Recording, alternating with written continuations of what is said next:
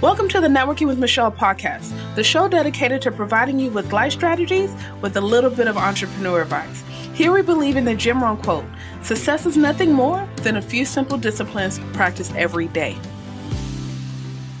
Hey everyone, today's special guest is Ann Stevenson. She is the diversity and inclusion leader and a co-author of the book Soul Talk. And welcome to the show. How are you doing today?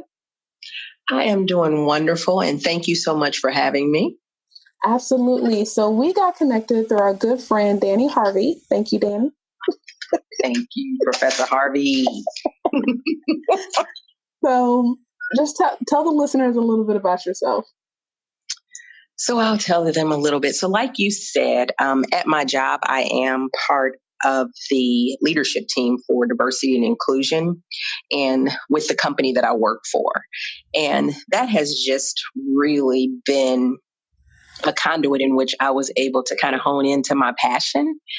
And one of my greatest passions is really to pour into the lives of not just other women, but also just people in general, to be honest with you. While my target niche, if you will, is women and children, I do have a heart for diversity, equity, and inclusion. And as you said, that's how I was really able to meet with you through the efforts that I do here at my company with Prairie View A&M University.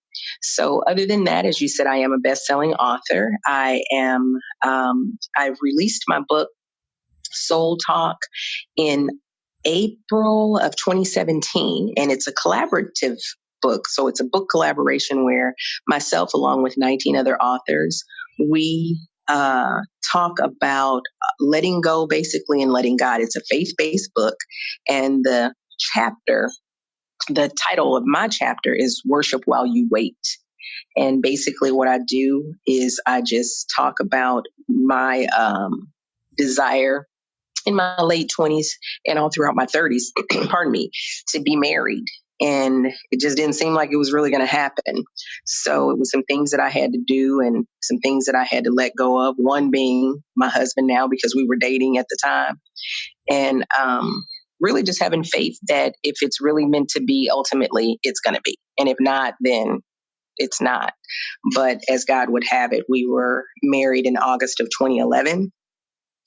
And what else about me? So I'm a smom. I call it a smom instead of a stepmom. So I'm a smom. I have two wonderful, I couldn't ask for better stepsons.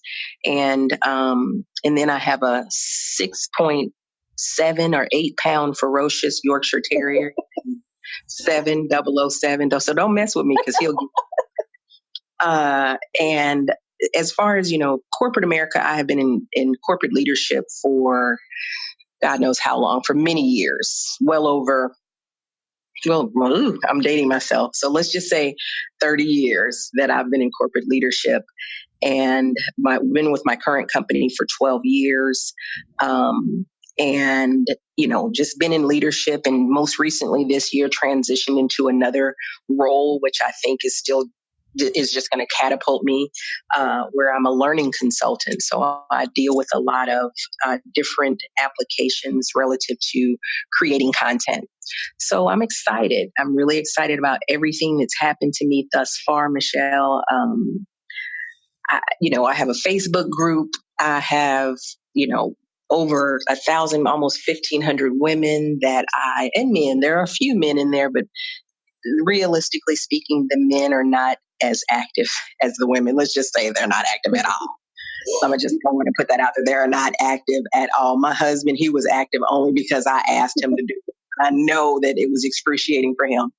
But with that, I also host women's empowerment shops. And Michelle, what that is, one of the main things that I'm an advocate for, and as I said, I think diversity and inclusion was kind of the springboard for this, is just we as women being the best that we can be for ourselves, being the best that we can be for ourselves first, then we can be the best for other people. So I have a workshop coming up July the 21st, and I'm just excited about it. Awesome. Let's get into all of this. I know lots of times we are groomed to go to college, from college, find a good job. The bigger the company, the better. But how have you been able to take those corporate skills and translate them into your business, such as the workshop and many other things? Well, what I can tell you from my corporate background, I am, well, I'll just kind of go in reverse chronological order. I've always been blessed to be in a leadership position.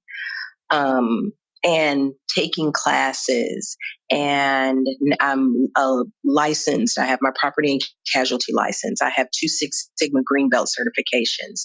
So really what I have done is I've been blessed. I will say that I've been blessed to acquire the knowledge that it takes from a leadership perspective on how to lead people, how to basically meet people where they are, determine personality types, understand my own personality type. And right now, working on emotional intelligence over the past several years. So taking those skills, and also what I didn't tell you is I was also in ministry. I was in leadership at my church. So I was blessed to be one of the, I started as a participant and then moved to a facilitator and then moved to, I think it was assistant coach, and then moved up to coach of the actual ministry, none of which I even asked for. It was just, that was the crazy part. And it was one of the largest ministries in my church. So what I did is all of that coupled together or put together, I was able to say that, I can use these skills and I can make an impact. I can definitely encourage people and coach them and develop them. So I can definitely do that. But also, how can I coach them and develop them to where, and this was the ministry piece, how could I coach them and develop them to where they have a greater dependency on God as opposed to me? So, and in themselves, you see what I mean? Because I'm not going to be there all the time. Yeah. So I want to what I tell the team that I've pretty much created, with helping me with these women's workshops is, you know what?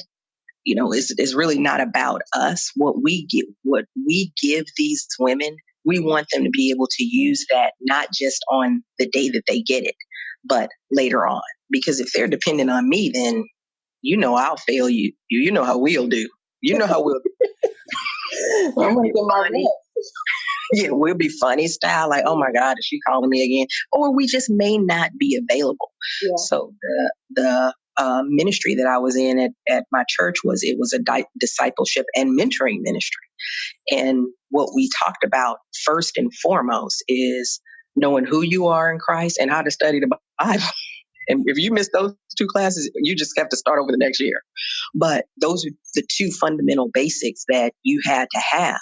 So I took that, and then I took the things that I learned in corporate America, through personality assessments, through leadership skills, through development and coaching, and put all of that together. And that's how I actually coach people now. And I've been blessed to make that a part of my business and supplement my income. Awesome. I love it. Now, I know when talking to, because I guess I'm considered a young professional, even though I'm kind of getting tired of the phrase. But when talking to professionals, we want to pursue the leadership roles. I'm speaking more so corporate now.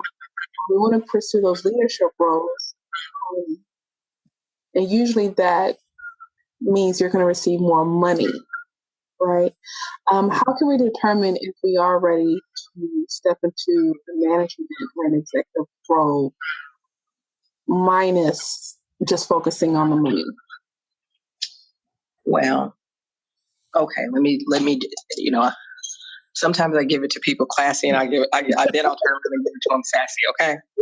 So, when you first said that, it just, I'm getting ready to date myself again. But Biggie Small said, more money, more problems. So, more money, more problems. So that can be true. And basically, the personal side of that is it's not how much money you make, it's how you manage it. Correct. I will tell you that. So what I would say to someone who, is wanting to, be in a corporate position where they are responsible for individuals is you definitely have to be prepared for that. I'm not saying that I've lost my passion to lead. Definitely not, because I'm doing it outside of corporate America. But what I will tell you is that you definitely have to be passionate about what you do. You have to be able to really understand that there's a level of accountability and responsibility that goes along with that salary. And, the more that you know, of course, the more is expected of you. And when you're in middle management, which I'm not a CEO, so of course I'm responsible for someone, but I also have people that I have to manage as well. So you're in middle management, so I have to be accountable to the people that report to me as well as to whoever I report to. So in preparation for that, just a few tips that I have given even the people that went to Prairie View and did the internship as a part of the diversity and inclusion initiative that we sponsor here at my job. It's just little things. So a couple of things that I told him when I talked to him the other day is, you know what? Look at your calendar every single day before you leave for the next day. If you don't have it on your phone. Now, I didn't want to carry him too fast because he just started like a month ago. So, but just take a look before you log out of your computer that evening. Just take a look and see what's on your calendar for the next day. Subliminally, in your subconscious, you're getting prepared for that. Yeah. The other thing that I told him and that I'll tell you is networking is extremely important. And so, because you got to be able to talk to people. Right. You have to have, that, and I don't want to say award-winning personality, but you have to have a personality such that people are going to want to be around you. People are going to want to collaborate with you and want to work with you. So of course the networking piece, and this is an old adage, and I don't think I'm dating myself on this because this still holds true today. If you are on time, you're late. If you're early, you're on time. Mm-hmm. So always get there, stay late and just be dedicated. You've got to be dedicated to where you are before you can get a promotion. And what's coming to my mind there is the spiritual, that you have to be a good steward over what you have if you want to be blessed with your next. And then finally, I just say this, even to women that I'm coaching that are in corporate America or in students, always think about your next. Always think about your next. We've been conditioned to think about our next. Well, yeah, what I told my mentee that works here, I told him the other day, I said, I want you to think about your next. Okay, so what's next for you? Yeah, next is you're getting your master's degree. That's great. But you need to be thinking about what's after that. Right. So then when you get your master's, you're prepared for, and then think about what's after that. So that's really what I would say. Focus on the emotional intelligence piece, because that's something in my transparency that I ended up having to hire a coach outside of corporate America to really have me hone in on those skills. And what I learned is that where I thought it was weak, it was really a strength. So hone in on that. Hone in on your networking, be early and just be open to challenges and open to change. That is really what I would say is going to set you up for success if you want to get into a leadership position in corporate America. I love how you said focus on the next, because lots of times we do accomplish the goals and then we're like, what now? And then you spend more time trying to figure out, what should be next. Mm-hmm. You already have that mentality of, next. Mm-hmm. Just it keeps the momentum going. It's similar to you doing your 5-year and your 10-year plan. So your 5 year is your next, your 10 years, your next. Mm-hmm. So however you want to term it or coin it, is just, I always want you to think about, this is what I'm going to do next, but this is what I'm going to do after that. And then once you accomplish the next, then your next becomes the next, and something else has to be the next. Right. You speak a lot on passion and purpose. How do those two go hand in hand? Well, what I learned recently, and I was looking at one of my favorite cooking shows. I'm not going to say what it is because I learned about that, in business. So if they want to let me know, about some sponsorship, then we can talk. But nevertheless, I was looking at one of my favorite cooking shows on Saturday mornings, and what this man said is, growing up, it was either his dad or his granddad told him that as long as you do what you love or what you're passionate about, you'll never work a day in your life. And I was like, good God Almighty, why didn't I think of that? It was almost like it was an epiphany. So when I say that, when you hone into whatever you're passionate about, and I actually have this in my Facebook group, your passion is going to lead to your purpose. Mm-hmm. Because it's not going to be forced. You know what I'm saying? It's not going to be laborious. It's not going to be cumbersome. It's going to be like, this is what I love to do. And for me, I love to pour into the lives of women. I love, based on some of my own personal experiences, that I dedicated myself to making sure that, because I've been hurt by, women in corporate America, mm-hmm. to be honest with you, or, women in the work environment, I said, I'm going to do whatever I possibly can to make sure that not another woman feels like I had been made to feel. And let me say this too, I'm no saint in this. I've not always had lucrative or positive conversations. So I feel like a heel. So that's where I really double down to say, I've got to make up for not only lost time, but make sure that if it's any way possible that I can motivate, encourage, or uplift another woman, then I'm going to do it. Period. End of story. Because the reality is this: we're dealing with Me Too. We're dealing with the disparity in our salaries as it relates to men. Sometimes we all we got. Yeah. So because of that, when you are passionate, I promise you, whatever it is that you're passionate about, it could be baking cookies. I don't care. It could be sewing, but whatever that is, whatever that passion is, and you hone into it, I promise you, you'll never work a day in your life, and it's going to lead to your purpose. That's what it's done for me. I think it wasn't too long ago, just 3 years ago, when I realized my purpose.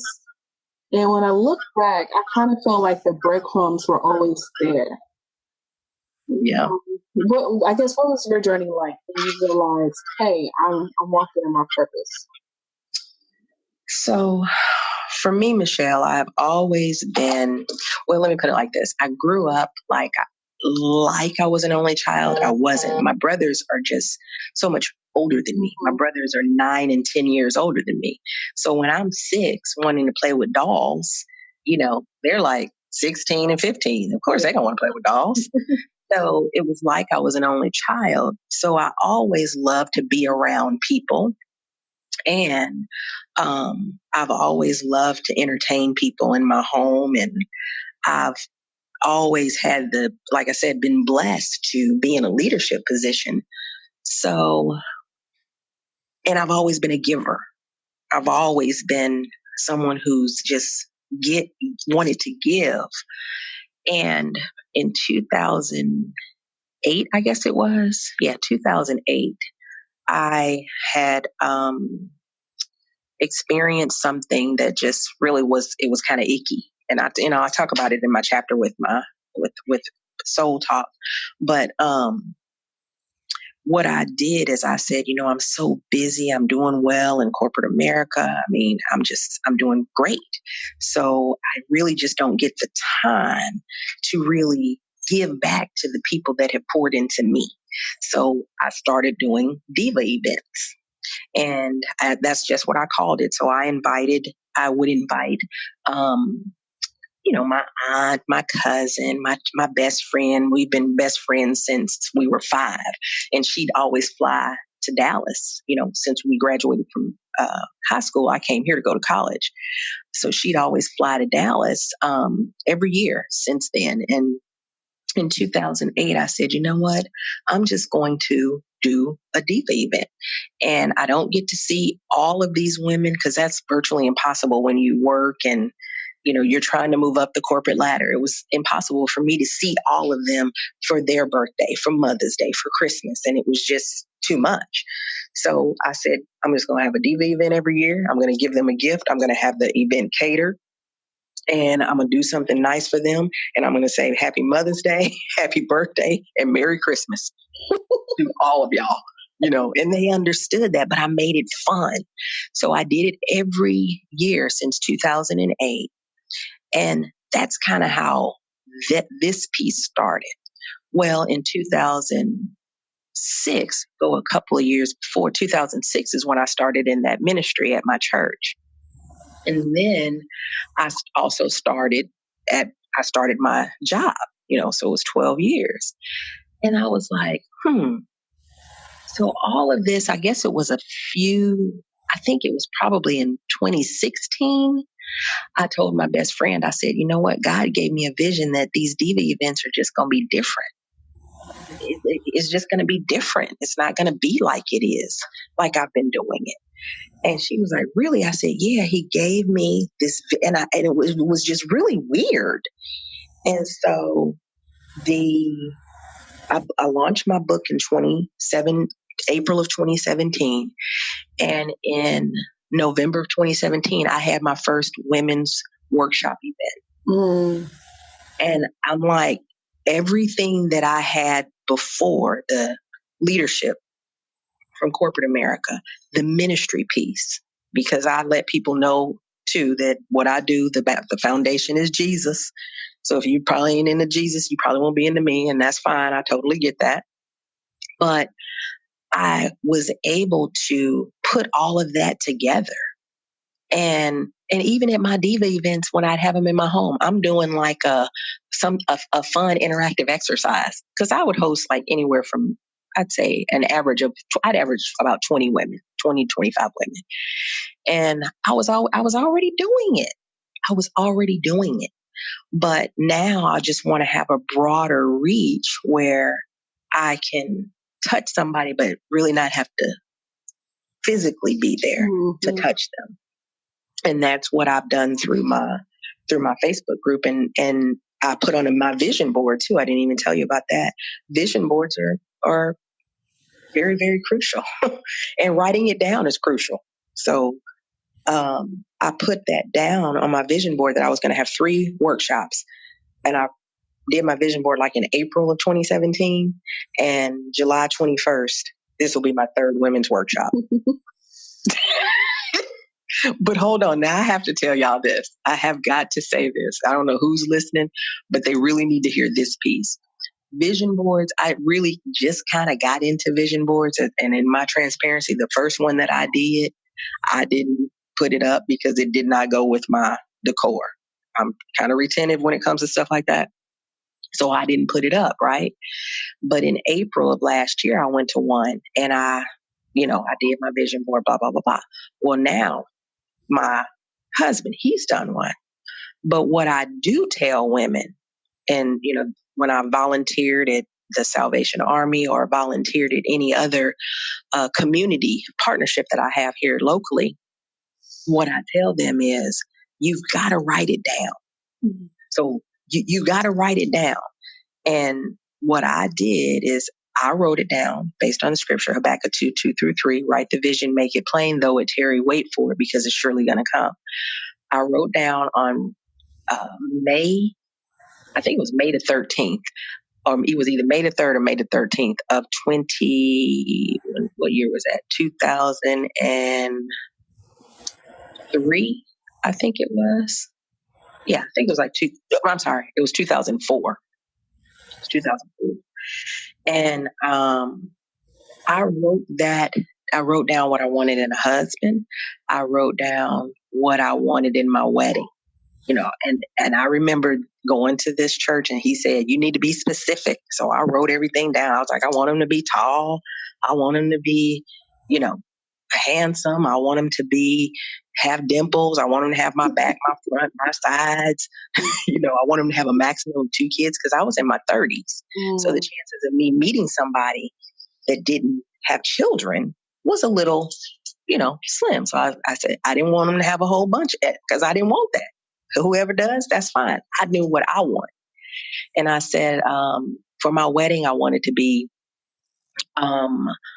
what did I put? I said, I want to be candlelit service, a long sparkling gown, a body of water present, everybody there happy. Both of my parents were deceased by that time. So I said, I want to have, magnolias for my mom and lilies for my dad. Cause my dad would always buy my mother lilies, while they married. And, that I wrote that down on, like I said, it was 5/3. It was either 2003, 2004, but it was 2003 because 2004, because 7 years later I got married. Completion. Yeah. 7 is the sign of completion. And I got married on August the 5th we just did a little small ceremony at our church, maybe about 12 people, including us. Because we wanted our pastor to marry us. And I was adamant that I wanted us to get married on 8/5. 8 is new beginnings and 5 is grace. So I said, God has given us new grace. And then 3 weeks later, we got married in Cabo. And my backdrop was where the Sea of Cortez and the Pacific Ocean meets. So I put body of water present. And at the time, Michelle, I was living in Fort Worth, Texas. So I don't know if you've been to Fort Worth, Texas, but it might be the Trinity River. I didn't even know why I put that. But I'm saying this to you, that whatever it is that you want, please make sure that you write it down and keep it in the forefront of your mind. It's going to happen. So if you say, okay, I want a nationally syndicated show. If you want that, write that down and write it under Habakkuk 2:2-3. And I promise you, if that is what God's will is for you, it's going to happen. That's great. I do something similar, but I'm gonna add these other extra components to it. Please do. Thank you. Wow. I feel good. I'm gonna have to keep this episode to myself. Listen to this like 2 or 3 times before it's released. Look, that's what I do. That's what I do. Listen, and you know what? Because I have had, now let me just say this. Mm-hmm. Part of my passion too is it's because I have 2 women. Well, my mother is deceased, but she believed that I could do anything. And my mother always raised me that, life is rough and the world doesn't owe you anything. Whatever you want, you have to get out there and work for it. So so that's where I worked. But here, a few years ago, probably about 8 years ago, I met this lady who really believed in me. You know what I'm saying? And when you have somebody that really believes in you, that makes all the difference in the world. Then I get married. My husband, he believes in me. You see what I'm saying? Yeah. And then I had somebody, like I said, I was struggling with a little bit of emotional intelligence, and the visionary from my book, I hired her as my coach because I had some things going on. You know what I mean? You have to also, too, my pastor said this, the biggest room in the world is room for improvement. So you never get to that. You never get so high to where you don't need to be developed. Yeah. And sometimes with me taking the accountability and responsibility to say, you know what? I don't like how I'm feeling, and I changed. She believed in me, and she was the one who told me. She's like, Ann, you have everything that you need. She said, it's two things that she told me that were pivotal in my life. And one of them was in the hotel when I was in Houston on my way to Prairie View A&M University. She told me, this was August of last year. She said, well, maybe it was September. You have everything that you need. You have to start giving yourself more credit. Mm. You're waiting on somebody else to give you credit. Yeah. And then what she said, you have to realize that you're performing for an audience of one. And while that may not mean much to you at that time, I was struggling with, seeking validation. Let me put it like that. Seeking validation from someone who, for whatever reasons, would not, it appeared, and that I want to be clear, so don't nobody try to bring me up on slander as charges. It appeared as though they would go out of their way not to, recognize the efforts, and I didn't feel valued as a contributor. And so when she gave me that, it took me back to me being in ministry at my church with its Colossians 3:23, that you do your work heartily for the Lord and not unto man. So I said all of that to say to you that I've not met you. I've seen you on social media, but you're doing great things. And, if you just believe yourself where God can take you and you get on that path, the sky is the limit. And I'm not just saying that. I'm just telling you that you can hone in, and you have got to surround yourself with people that believe in you, that are going to say, you've got everything that you need. I've seen what you can do. Now you got to believe it yourself though, too. Yeah. You know what I mean? So I knew it. I knew that I had it, but I was just so broken. I was shattered. My confidence was just, it was horrible. But once I put everything into its proper perspective, that, I am performing for an audience of one. Why am I seeking validation from somebody that doesn't even validate themselves? Why am I doing it? How did I get here?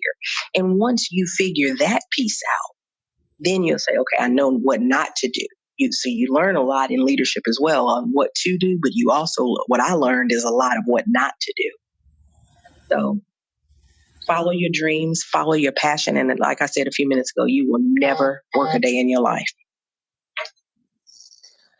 I know that you're very supportive when it comes to sisterhood. So can you dive a little bit more into your Facebook group?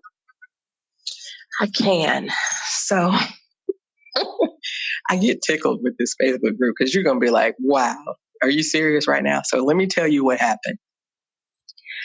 I had in my mind that I didn't even want anybody to know that I was going to release my book. I didn't even want anybody to know that I was a part of the book.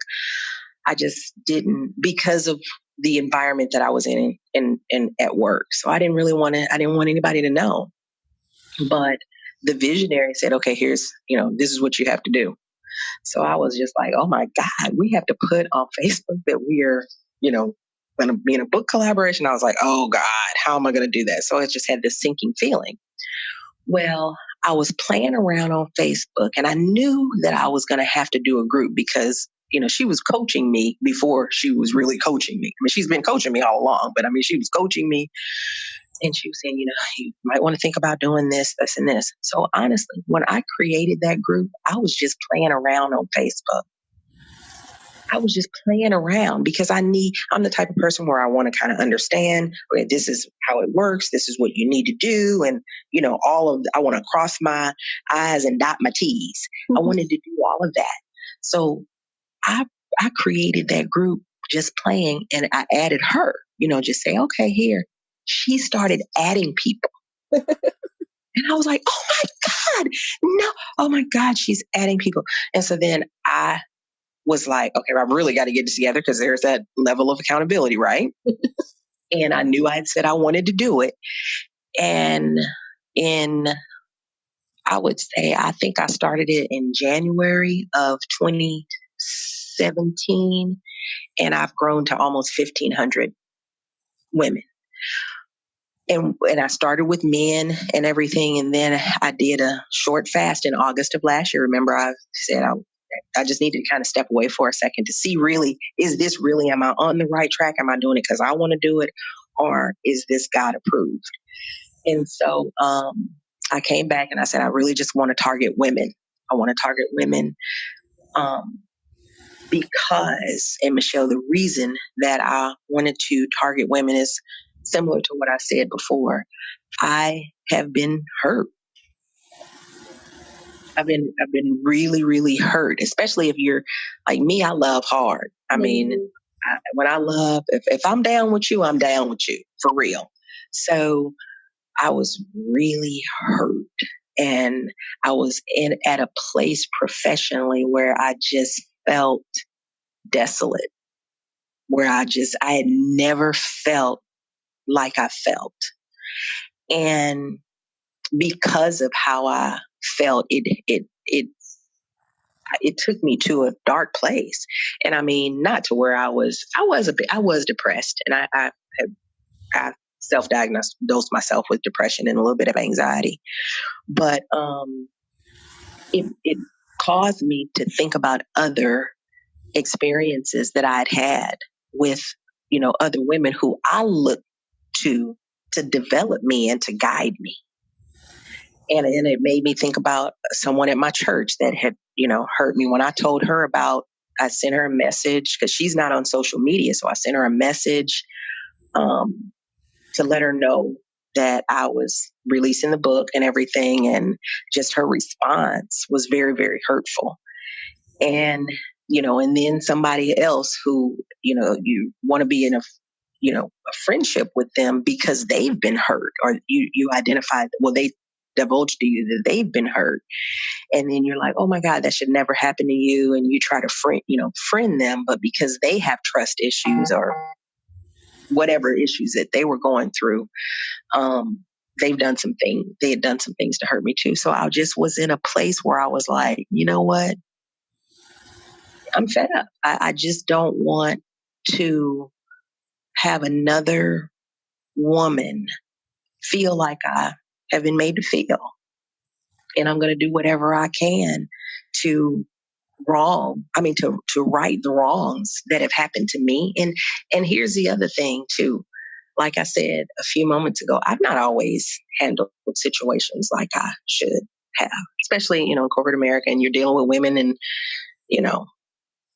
we can get attitudes and whatnot. So I've had some emotional things to happen.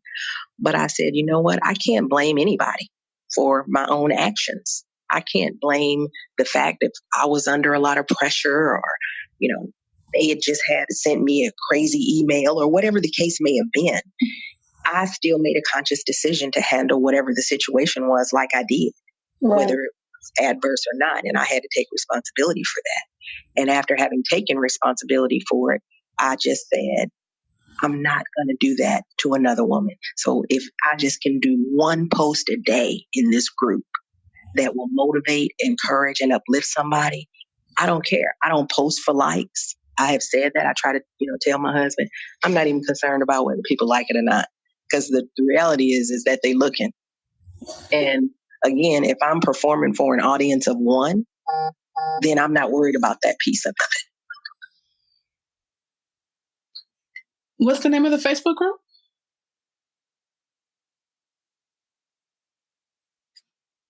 Hello? Has catapulted me into, recruiting my two best friends to help as well. So I'm dedicated to making sure that no other woman will, and if they are experiencing something adverse at their job or at their church or in their family, they can come to my group, they can jump on, and get what they need and go a little bit further. And the only thing that I ask is that they pray it forward and not pay it, because a lot of times it doesn't have anything to do with money. More often you can, it could be a smile. It could just be say, hey, you know what? I saw this and you can do it. So that's it. That's how everything started, because I was shattered. I was at a point in my life where I was sick. And what is the name of the Facebook group? It's Passion for Pouring, and it's all together. It's not passion space for space pouring. It's all together, Passion for Pouring. And it's because I have a passion to pour into the lives of women. I love it. I love it. Now, you have provided some great advice. Pray it forward. Write the vision down. You have another action item you can give us that we can implement in our lives today. Okay, what I would say is, what can I give you? I'm going to give you two. Okay. The first one is you got to believe it. Mm-hmm. And I know that sounds, like cliche, but you've got to believe it. When it gets dark and dreary and you're really like, oh, did I make the right decision? It's okay to step back, but don't stay parked there in doubt. Pray about it and ask God just to reveal to you how he would have you to move forward. And then my final, what I would say is speak what you seek until you see what you said. You got to say that one more time. Speak, SPEAK, what you seek, SEEK, until you see, SEE, what you said, SAID. All right. And how'd you come up with that? Okay, let me tell you. I'm a kind of a jokester, right? Mm-hmm. So Facebook had this little app thingy where you could be on this cover of of a magazine or whatever. It made me look like I do when I get my face done professionally. So I just put on, and then once you do it, they have you post it. It was one of those little app things. And so I just said, one of these days, I'm going to be on the cover of a magazine for real, or something to that effect. And I said, speak what you seek. And then my business mentor, the one that I told you that I met back in 2007, 2008, she said on there, until you see what you said. All right now. And then I was like, really? I said, oh my God. So I put it together. And I kid you not, I put it together. And then the morning of, no. It wasn't. So in March of this year, I was asked to come and speak to, of course, motivate these women at an event. And I guess it was maybe 150 women in there. So I was like, okay, God, what do you want me to say to them? Blah, blah, blah. And he said, I want you to tell them to speak what they seek until they see what they said. Well, my best friend, she came up. She used to be on the praise team at her church. So I said, do you mind singing a song for me that I made up? And she was like, nope, I'm not doing it. So I said, okay. So, I didn't even have it together. So I created a song that said, speak what you seek until you see what you said. I just created it. Now, I'm going to tell you, I created it and I had 100 and some women singing it at this. So every event that I have them singing it, right? And so the very next day, my husband showed me a picture of, I forget who it was. I don't know if it was P. Diddy. I don't remember who it was. But he said, babe, look at this. And it was the quote, speak what you seek until you see what you said. I had never, ever seen it before in my life. So that was confirmation for me. Yeah. And I said, Wow. So you have to start speaking whatever it is that you're seeking. For real, you have to start speaking it into existence until you see that it's come to fruition. So whatever it is that, again, it all ties in, Michelle. It all ties into what I just said to you. I said, write it down. And after you write it down, start speaking it into existence. Keep whatever you wrote down in the forefront of your mind. And then you just start speaking it. So speak whatever it is that you're seeking until you see what you said. I love it. I love it. This is great. Oh man, much needed words of wisdom that I needed to hear today. How can people get in contact with you? People can get in contact with me through my website. My name is Ann Lorraine. So Ann Lorraine Esther Stevenson. And my business mentor helped me with this. She was like, well, you need to be the Ann Lorraine. So she helped me with, launching my brand and everything. But how you can contact me is through my website. It's www.theannlorraine.com. And that's TheAnnLorraine.com.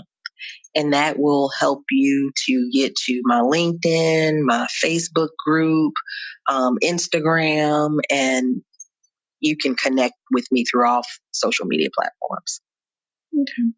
And we'll definitely have the website as well as the social media platforms in the show notes and the Facebook group. So it's easy for people to click on and check you out.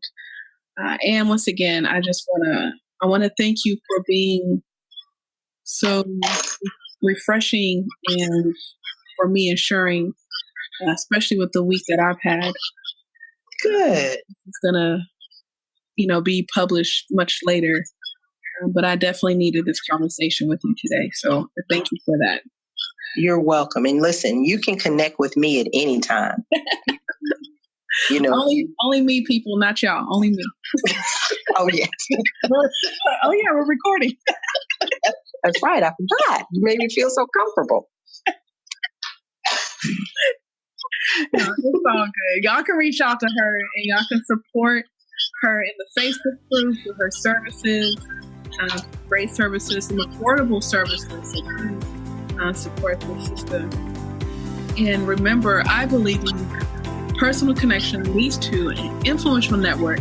Thanks for networking with Michelle.